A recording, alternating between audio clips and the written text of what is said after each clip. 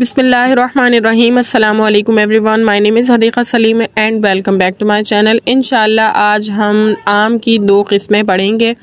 اللہ تعالیٰ سے دعا ہے کہ اللہ تعالیٰ اس پڑھنے پڑھانے کو اپنی بارگاہ الہی میں قبول و منظور فرمائے۔ تو اسٹارٹ کرتے ہیں ویڈیو کو۔ وَأَمَّا الْعَامُ فَنَوْعَانِ، پس آم جو ہے اور بہرحال آم پس وہ 2 قسموں پر ہے۔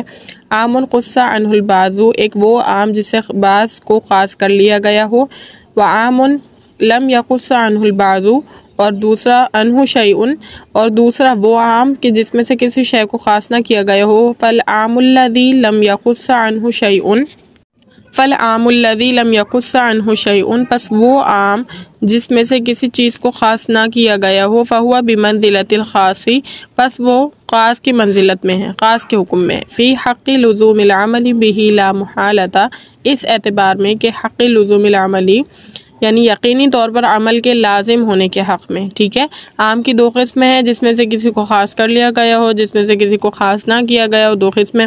اب ان میں سے جس میں سے کسی چیز کو خاص نہیں کیا گیا وہ خاص کے حکم میں ہے، ٹھیک ہے، وہ عام خاص کے حکم میں ہے اور اس پر عمل کرنا لامحالہ ضروری ہے۔ والعام، خاص کا حکم اور مثالوں سے فارغ ہونے کے بعد مصنف رحمۃ اللہ علیہ عام کا حکم بیان کر رہے ہیں۔ عام کی 2 قسمیں ہیں۔ عام قص عنہ البعض، یعنی وہ عام جس میں سے بعض افراد کو خاص کیا گیا ہو۔ عام لم یقص عنہ البعض، یعنی وہ عام کہ جس میں سے بعض افراد کو خاص نہ کیا گیا ہو۔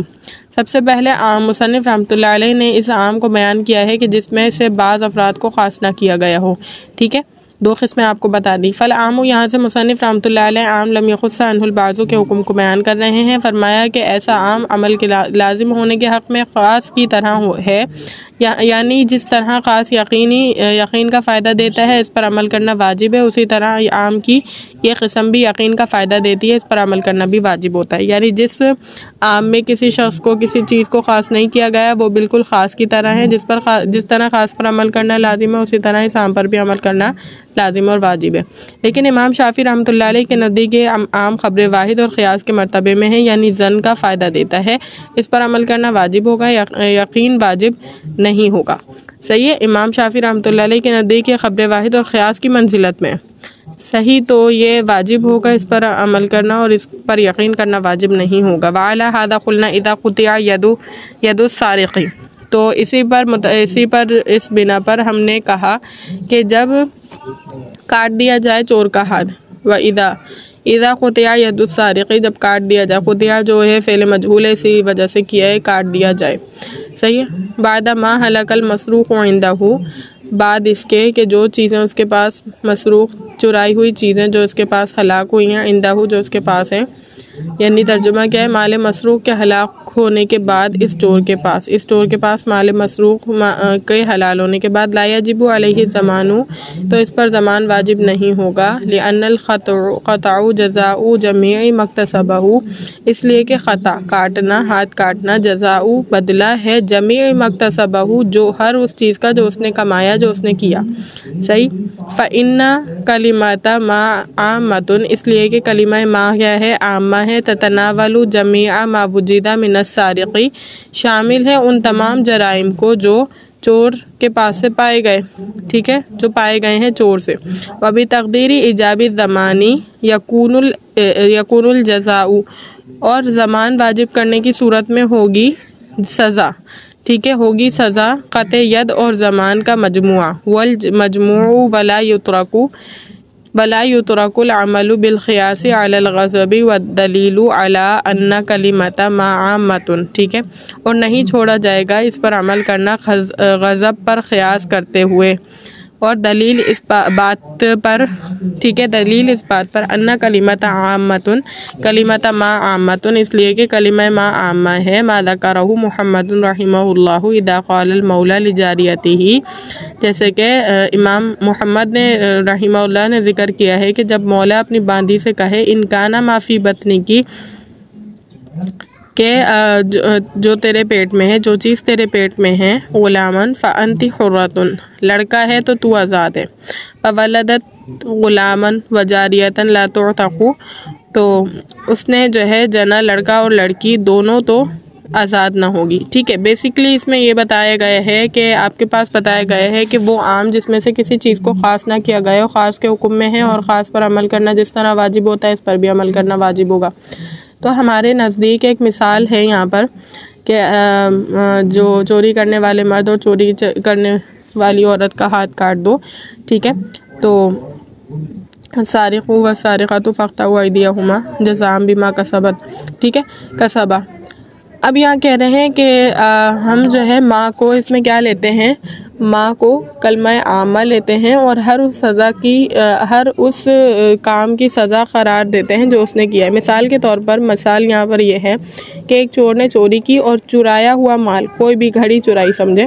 اب گھڑی جو چرائی ہے وہ گھڑی کسی نہ کسی طرح اس سے ضائع بھی ہو گئی. صحیح, تو ضائع بھی ہو گئی تو اب اس پر چور پر کوئی ضمان لازم نہیں ہوگا, اور گھڑی 10 درہم کی تھی اس لیے اس پر کیا ہو گیا, اس کا ہاتھ کاٹا جائے گا. اب جو ہاتھ کاٹا جانے کی سزا ہے یہ اس کے ہر کام کا خمیازہ ہے.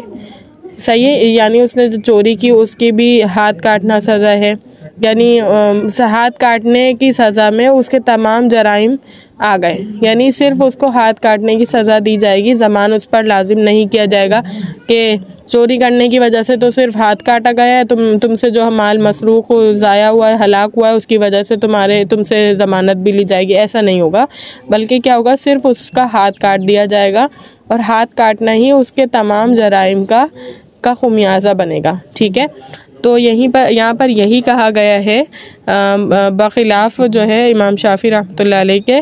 اور مزید اس کی دلیل کو پختہ کرنے کے لیے امام محمد رحمہ اللہ کا ذکر کیا گیا ہے, جو لغت کے بھی بڑے امام رہے ہیں. ان کے بارے میں بتایا گیا ہے کہ کلمہ ماں جو ہے عامہ ہوتا ہے, یعنی وہ تمام چیزوں کو شامل ہوتا ہے. جیسے ایک مولا نے اپنی باندھی سے کہا کہ تیرے پیٹ میں جو کچھ بھی ہے اگر وہ لڑکا ہوا تو تو آزاد.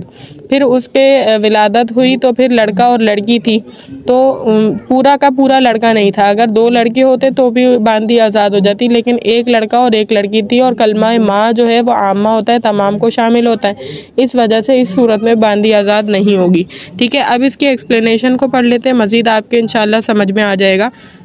وعلیٰ ہذا, اس بنا پر کہ ہمارے ہاں عام کی اس قسم پر یقینی طور پر عمل کرنا واجب ہے, ہم ایک تفریح کرتے ہیں. وہ اس طرح کے مسئلہ, تفریح کا مطلب ہوتا ہے متفرع ہونا, مسائل کا نکلنا. ٹھیک ہے, ایک تفریح کرتے ہیں, اور وہ اس طرح ہے کہ مسئلہ یہ ہے کہ ایک آدمی نے کسی کی چوری کی, اس کے پاس مال مسروق چوری شدہ مال ضائع ہو گیا, اور چوری کی وجہ سے اس کا ہاتھ کاٹا جا چکا ہے.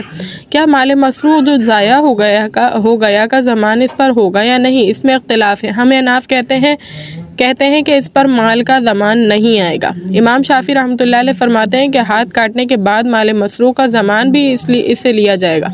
ہمارے نزدیک اس بیچارے پر جو ہے نا اس کا ہاتھ کاٹ دیا گیا, اب اس پر ضمان نہیں آئے گا. ٹھیک ہے, بیچارہ جو میں کہہ رہی ہوں, ہو سکتا ہے کچھ لوگ اتفاق کریں, کچھ لوگ نا اتفاقی کریں کہ چور کے بارے میں کہہ رہی ہوں کہ بیچارہ, ایک پوائنٹ آف ویو سے کہہ رہی ہوں کہ ہاتھ کٹ گیا, اب وہ ایک طرح سے جو ہے کمانے کے اعتبار سے تھوڑا جو ہے اس کا رحم کا محور ہے وہ. ٹھیک ہے, خیر جو کچھ بھی ہے. امام شافعی رحمۃ اللہ علیہ کی دلیل وہ قیاس کرتے ہیں کہ غضب پر کہ اگر کوئی آدمی مال غصب کرے اور وہ مال غاصب کے پاس ہلاک ہو جائے تو غاصب پر ضمان آتا ہے, اسی طرح سارق پر بھی ضمان آئے گا. امام شافعی رحمۃ اللہ علیہ کہہ رہے ہیں کہ کس پر قیاس کر رہے ہیں, غاصب پر قیاس کر رہے ہیں. ٹھیک ہے, غاصب یعنی دن دہاڑے چوری کرنا.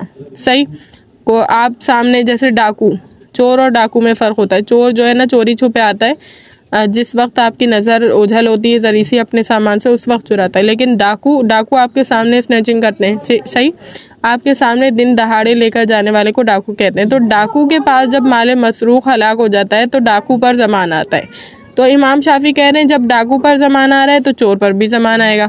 صحیح, تو احناف کی دلیل ہے, اللہ تعالیٰ نے فرمایا السارق والسارقۃ فاقطعوا ایدیہما جزاء بما کسبا, چوری کرنے والا مرد اور عورت ان دونوں کا ہاتھ کاٹو. ٹھیک ہے, کاٹو یہ بدلہ ہے اس چیز کا جو انہوں نے کیا ہے۔ اس آیت سے ہمارا استدلال اس طرح ہوگا کہ بما کا سبب میں ما عام ہے، اور یہ ان تمام جرائم کو شامل ہے جو چور سے پائے گئے ہیں، یعنی چوری اور مال کی ہلاکت۔ اس آیت کا مطلب یہ ہوا کہ اس چور سے جو کچھ ہوا ہے اس کی سزا، اس کی ساری جزا یہی ہے کہ ہاتھ کاٹا جائے۔ اب اگر ہم زمان بھی لازم کرتے ہیں تو پھر پوری سزا صرف ہاتھ کاٹنا نہیں ہوگی، بلکہ ہاتھ کاٹنا اور زمان لازم کرنے کا مجموعہ ہوگا، ٹھیک ہے۔ اگر ہم جو ہے کیا کریں گے، ہم چوری کی وجہ سے تو ہاتھ کاٹیں، زمان لازم کریں مال مسروق کے ہلاک ہونے کی وجہ سے، تو تمام سزا جو ہے نا وہ ہاتھ کاٹنا نہیں ہوگی، جبکہ ماں تو بھائی تمام کو گھیر لیتا ہے، ماں کلمہ عامہ ہے، ٹھیک ہے، عام ہے، صحیح۔ اور اس طرح صورت میں کیا ہو رہا ہے، جزا ٹکڑے ٹکڑے ہو رہی ہے۔ تو اس طرح قیاس کی وجہ سے کتاب اللہ کے عام پر عمل کرنا چھوڑنا لازم آئے گا، حالانکہ اس پر عمل کرنا واجب ہے، لہذا کتاب اللہ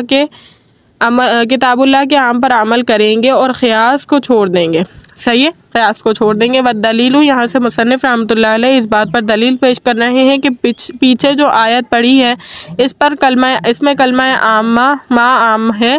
وہ دلیل یہ ہے کہ امام محمد رحمہ اللہ نے ایک مسئلہ پیش کیا ہے، اگر کسی مولا نے اپنی لونڈی کو یوں کہا کہ ان کانا ما فی بطنی کی غلامن فانتی حرۃ، تو کہ جو کچھ تیرے پیٹ میں ہے اگر وہ لڑکا ہو تو آزاد ہے۔ اس لونڈی کے پیٹ سے لڑکا اور لڑکی اکٹھے پیدا ہوئے تو یہ آزاد نہیں ہوگی، کیونکہ کلمہ ما عام ہے۔